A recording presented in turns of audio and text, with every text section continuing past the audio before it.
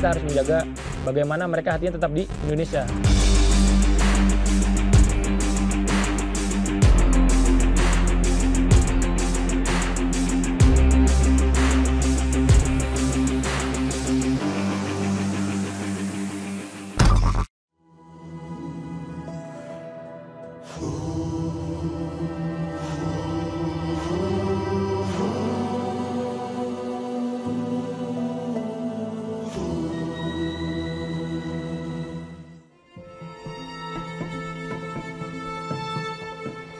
Sebagai negara kepulauan, Indonesia tercatat memiliki 111 pulau kecil terluar dengan 92 diantaranya berbatasan langsung dengan negara tetangga. Salah satu pulau yang berperan krusial dalam mempertahankan kedaulatan Indonesia di wilayah perbatasan adalah Pulau Sebatik, Kalimantan Utara.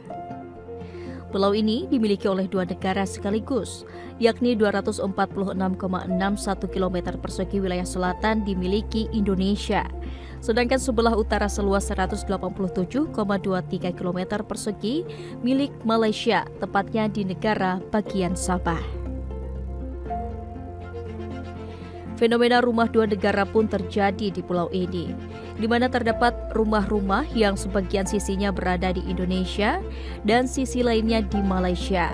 Kondisi geografis ini menjadikan Pulau Sebatik cukup unik, karena terpisah oleh perbatasan internasional antara dua negara. Namun di sisi lain, fakta ini menjadikan Pulau Sebatik rentan terhadap tindak kriminalitas seperti penyelundupan barang ilegal, pekerja migran ilegal, hingga peredaran narkotika. Malaysia itu memperbolehkan transit pengiriman narkoba, tapi tidak boleh diredarkan lah. Waspadaan inilah yang harus kita tingkatkan. Jangan sampai ya peredaran narkoba besar-besaran di Indonesia itu dari Malaysia yang dikirim dari Cina dan juga dari beberapa negara besar itu masuknya ke lewat pintu-pintu pulau terluar, terutama Sebatik, untuk diedarkan menjadi transit dan diedarkan di seluruh Indonesia ini.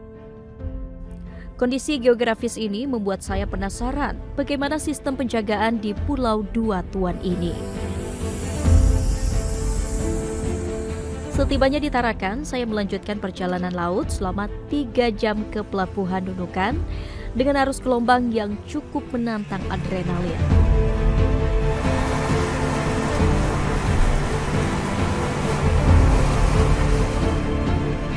Di Pelabuhan Nunukan, saya melanjutkan perjalanan laut ke Desa Bambangan selama 15 menit untuk menempuh perjalanan darat ke Pulau Sebatik selama 1 jam. Bapak, makasih banyak ya. Hati-hati, Pak.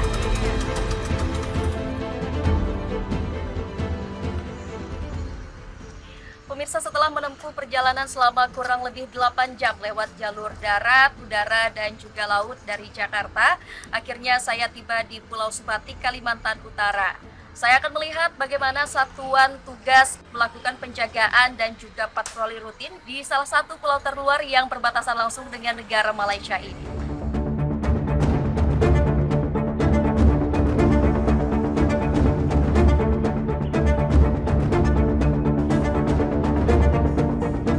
Saya menemui Kapten Marinir Oki Prabowo, Komandan Satgas Marpam Ambalat 30. Satgas Marpam Ambalat 30 adalah salah satu satuan tugas dalam Korps Marinir yang saat ini bertugas di Pulau Sebatik. Banyak minuman keras, narkoba masuk, dan itu sudah kita tangani. Seperti contoh kasus bulan lalu, kami berhasil menangkap kurang lebih 1,05 gram sabu-sabu. Itu setelah kita tangkap, kita berkoordinasi dengan polisi setempat, kemudian BNN untuk ditindaklanjuti dan diproses hukum seperti yang ditentukan. Terdapat sejumlah pos yang menjadi perlintasan keluar masuk antara Malaysia dan Indonesia. Salah satunya pos Sei Pancang. Kucing-kucingan antara petugas dan penyelundup barang-barang ilegal kerap terjadi di titik ini.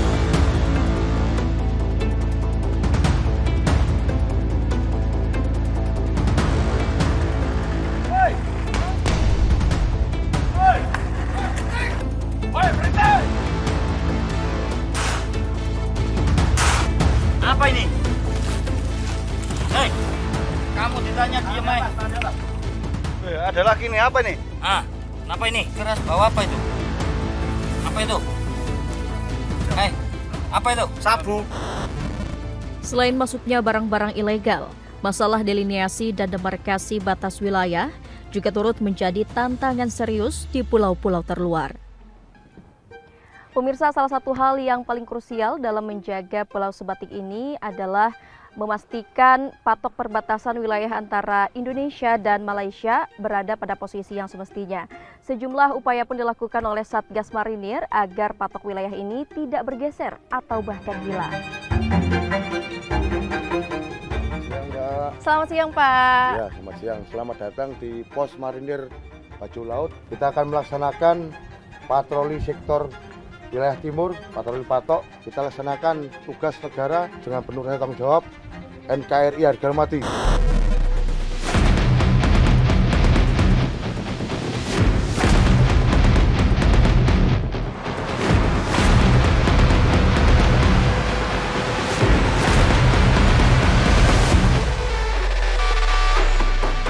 Patok perbatasan yang terdapat di pulau terluar berupa patok darat yang menandai garis batas di daratan dan patok laut yang menggambarkan perbatasan wilayah perairan yang sah.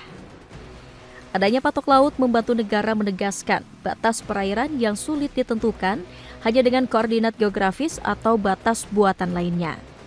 Untuk memantau patok batas laut di Pulau Sebatik, kami harus menempuh perjalanan selama kurang lebih 40 menit menggunakan perahu karet.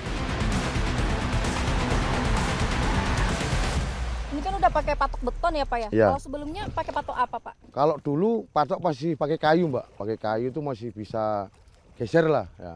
Kadang patah, kadang kena air, tahu-tahu hilang seperti itu. Kita pastikan dulu jangan sampai patok kita bergeser, Mbak ya.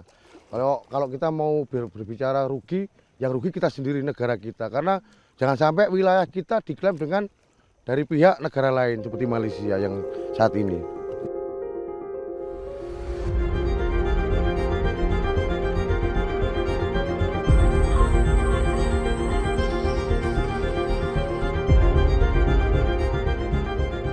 Itulah untuk Malaysia.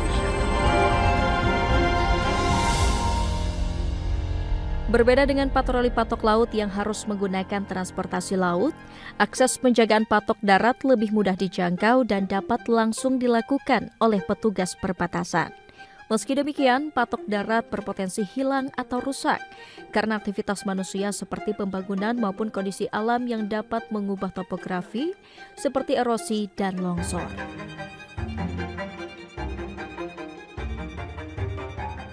Letaknya yang berada di perbatasan membuat Pulau Sebatik rentan terhadap berbagai permasalahan sosial. Kehadiran Satgas Marinir membuat warga merasa terlindungi dari ancaman kejahatan yang kerap terjadi di wilayah perbatasan. Kami aman betul tinggal di depan pos kawasan angkatan ini. Aman, motor diletak di situ saja, pintu tanpa dikunci pun kita keluar. Nggak rasa takut, pasal 24 jam kami dijaga. Sekarang sampai sekarang itu jarang juga yang itu ini, artinya barang-barang terlarang masuk di sini. Jangankan barang-barang begitu, sembako apanya itu semua dijaga ketat masuk di sini. Posisi Indonesia yang berbatasan langsung dengan negara-negara besar di Asia Tenggara dan Oseania membuat penjagaan terhadap sejumlah pulau-pulau terluar menjadi krusial. Penetapan status Pulau Sipadan dan Ligitan yang terletak di Laut Sulawesi menjadi milik Malaysia pada tahun 2002 menggambarkan betapa pentingnya perlindungan di wilayah terluar.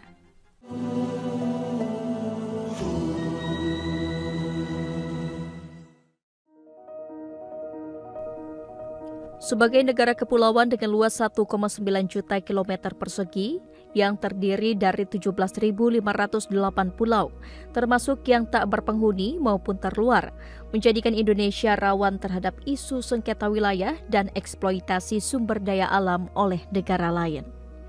Meski berbagai upaya soft power seperti diplomasi dan perjanjian internasional dilakukan, ancaman kedaulatan hingga aksi kejahatan di pulau-pulau perbatasan dan terluar terus terjadi. Oleh karena itu, pendekatan hard power melalui penguatan pertahanan militer menjadi langkah yang tak terelakkan. Sebagai salah satu unsur kekuatan TNI, Korps Marinir hadir untuk menjadi garda terdepan dalam menjaga keamanan wilayah perbatasan dengan kemampuan tempur yang mumpuni dan mobilitas tinggi. Satgas Marinir Pulau Terluar ini dimulai pada tahun 2005. Yang melatar belakangi ini adalah pertama rasa tanggung jawab terhadap Republik Indonesia atau NKRI, karena Satuan Marin ini adalah salah satu bagian dari TNI yang mempunyai tugas pengamanan pulau-pulau terluar.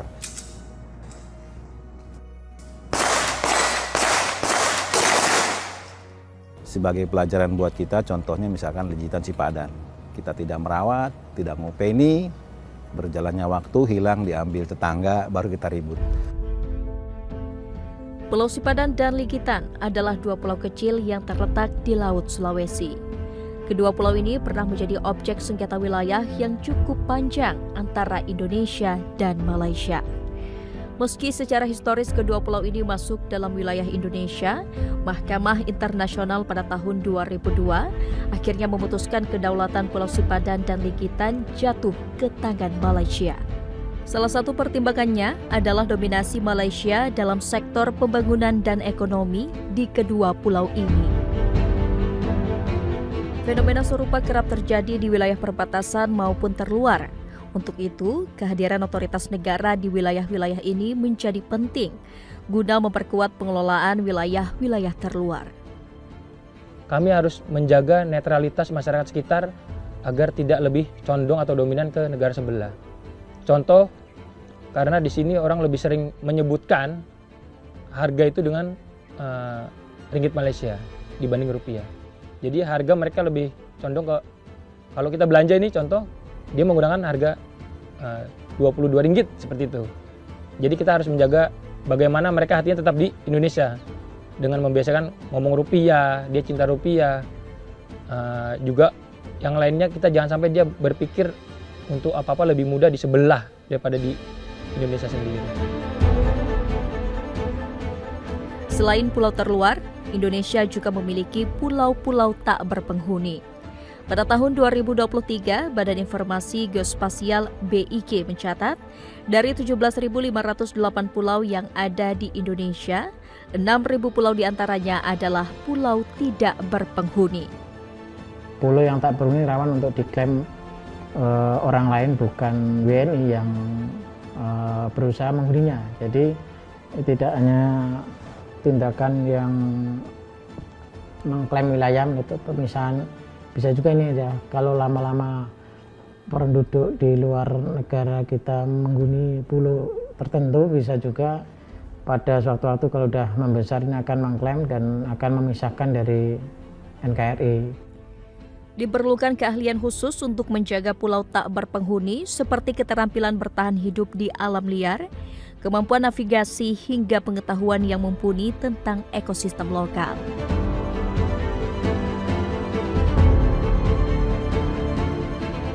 Di sini dibekali berbagai hal, contohnya dari fisik, mereka dilatih karena wilayah atau cuaca dan lain-lainnya berbeda dengan ada di basis. Di sana mungkin kalau pulau terluar pasti anginnya lebih kencang. Diajarin juga masalah mungkin navigasi atau kompas, diajarin juga masalah melaksanakan drone, patroli dan lain-lain. Ini perlu diajari yang kira-kira melekat dalam jiwanya untuk punya rasa tanggung jawab nasionalisme yang tinggi. Kalau tinggal di pulau yang berpenduduk, sama dengan kita dari sini pindah ke sana, nggak ada masalah. Tapi di tempat atau di pulau yang tidak berpenduduk, ini sama-sama seperti kita di penjara lah, jauh dari mana-mana.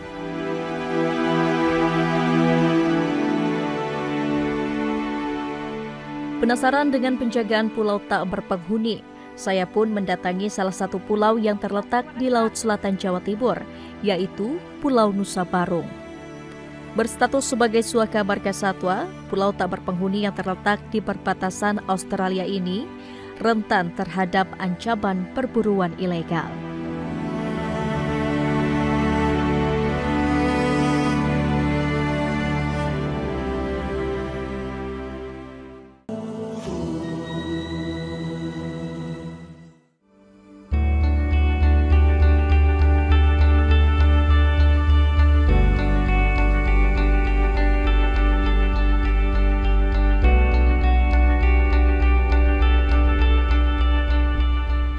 Pulau Nusa Barung merupakan salah satu pulau terluar tidak berpenghuni yang berada di sebelah selatan Pulau Jawa, tepatnya di Desa Pugar Kulon, Kecamatan Pugar, Kabupaten Jember, Jawa Timur. Setelah melihat penjagaan di Pulau Sepatik, kini saya berkesempatan mengikuti aktivitas para anggota Satgas Marinir di Pulau Nusa Barung yang tergabung dalam Satgas Mar Pamputar 28. Perjalanan saya dimulai dari Pantai Pancar Pugar. Dari sinilah kebutuhan logistik untuk para prajurit penjaga Pulau Nusa Barung diberangkatkan. Menjaga pulau tak berpenghuni memang sedikit berbeda dengan penjagaan pulau-pulau terluar lainnya.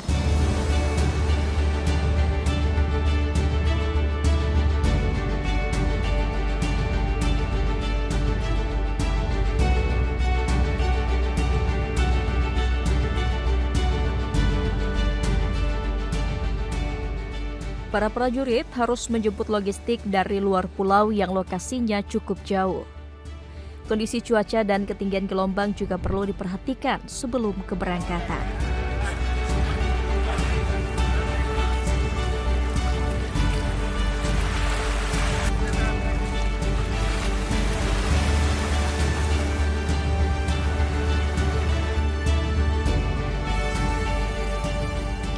Ya, pemirsa, ini kami sudah sampai di Pulau Nusa Barung setelah menempuh perjalanan selama kurang lebih 45 menit dari Pantai Pancar Pugar Jember menggunakan perahu karet. Dan di sini saya akan melihat bagaimana Satuan Tugas Marinir Pengamanan Pulau Terluar 28 Pulau Nusa Barung melakukan penjagaan dan bagaimana mereka bisa bertahan hidup atau beradaptasi di pulau kosong atau tak berpenghuni ini.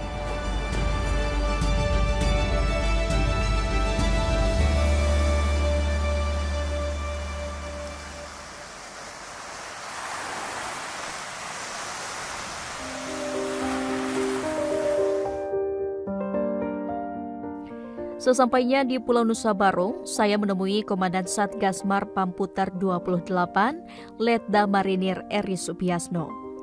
Dan inilah posko jaga berupa tenda sederhana tempat para prajurit berkegiatan. Meski terlihat sederhana dengan memanfaatkan benda-benda di sekitar pulau, para prajurit berusaha membuat posko tetap terlihat asri dan bersih.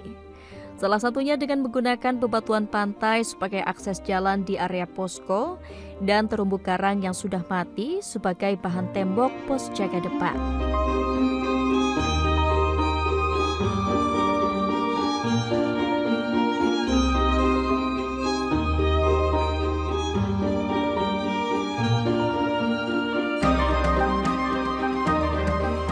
Pun kabarnya Mariam, anak kita gimana kabarnya itu? Alhamdulillah sehat di sekolah. Oh, nanti pulang jam berapa kira-kira dia? Pulangnya jam 12.30.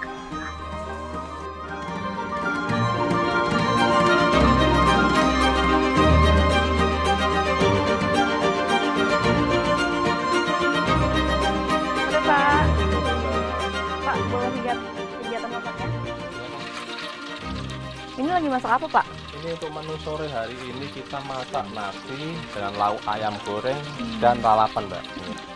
Oh, ini masih menggunakan tungku kayu bakar, Pak? Iya, kita selama di pulau ini kita menggunakan bahan baku yang alami. Kita menggunakan bahan-bahan yang tersedia di alam pulau ini. Untuk porsinya per hari itu per personil itu 200 gram untuk sekali masak. Berarti untuk berasnya itu kurang lebih kalau 1 bulan membutuhkan 600 kilo. Ya, Pak. Kalau untuk minumannya sendiri, Pak?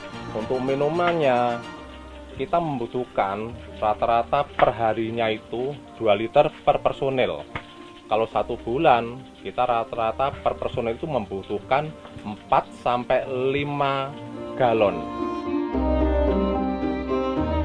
Kita terbatas dengan air bersih ya. Kita mandinya masih menggunakan air sumur dan itu pun sumur itu airnya masih air asin. Sedangkan untuk memasak kita sama masih membutuhkan kiriman dari kanan. Balai Konservasi Sumber Daya Alam BKSDA Jawa Timur mencatat terdapat lebih dari 60 jenis fauna di Pulau Nusa Barung.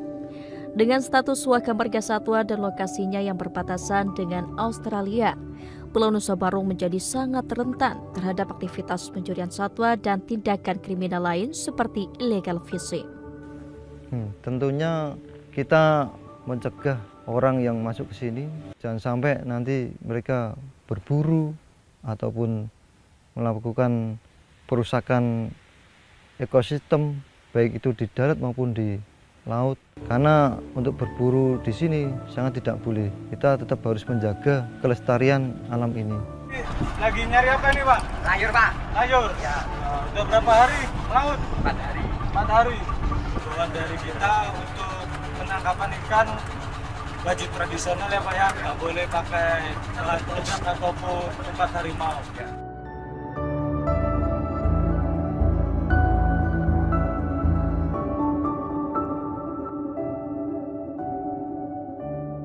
Menurut catatan kami sejak tahun 2018 sampai dengan 2024 ini sudah ada 18 kali pelepas liaran satwa. Dari kami sendiri tidak mampu full selama 24 jam melakukan penjagaan di kawasan. Dengan demikian keberadaan mereka saya pikir sangat membantu tugas-tugas perlindungan dan pengamanan kawasan di pulau tersebut.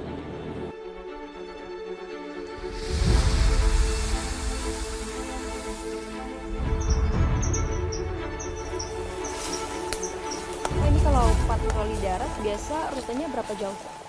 Kira-kira 4 kilo kita tempuh dengan rute perjalanan ya seperti ini, Mbak. Hutan, ada naik tebing-tebingnya, makanya 4 kilo kadang bisa ketempuh sampai 4 jam lebih.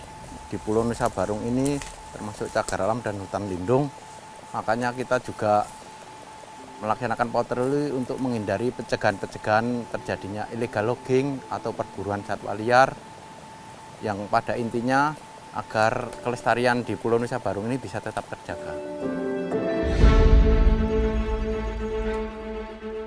Upaya masuknya warga negara asing ke pulau ini juga sempat terjadi. Pada 16 September 2024 lalu, Satgas Mar Pamputer 28 berhasil mencegah 3 WNA asal Australia yang berusaha masuk ke Pulau Nusa Barung. Sempat kita datangi, karena dia masih masuk di wilayah pesisir, kita datangi, kita tanyai, dia pengen beristirahat di pulau dan kita tidak izinkan. Kami Satgas Pulau Terluar, Pulau Nusa Barung, siap melaksanakan tugas. Hadir! Aua!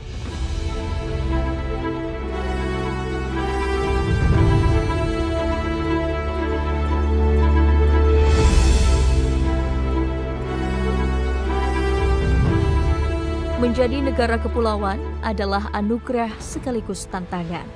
Setiap jengkal pulau menyimpan kekayaan masing-masing. Namun di balik kekayaan ini ada ancaman yang berpotensi mengganggu kedaulatan Indonesia, mengintai di setiap jengkal wilayah terluar Indonesia. Kehadiran Satgas Marinir di garda terdepan pulau-pulau terluar memberikan rasa aman terhadap keutuhan bangsa Indonesia sebagai sebuah entitas maritim yang kuat.